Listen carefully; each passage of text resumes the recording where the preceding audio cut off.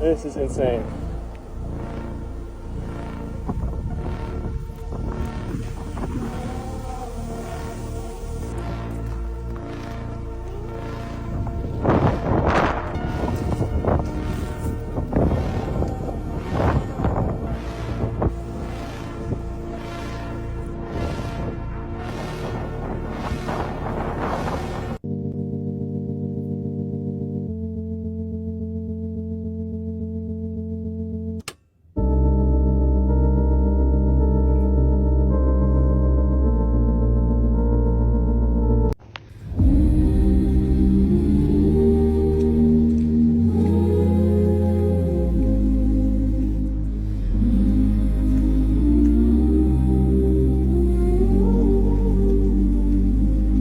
No. Damn, bro.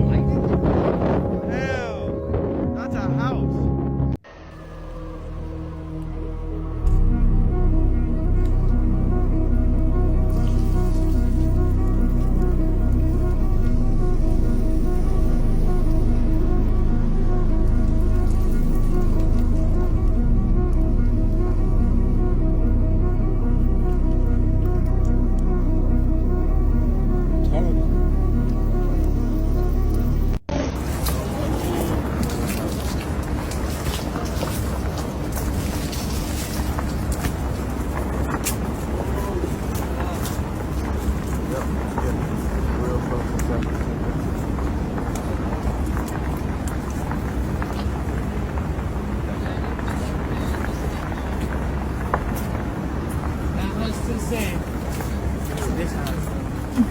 They got the lights on inside, you see it? Yeah, people left their lights everywhere.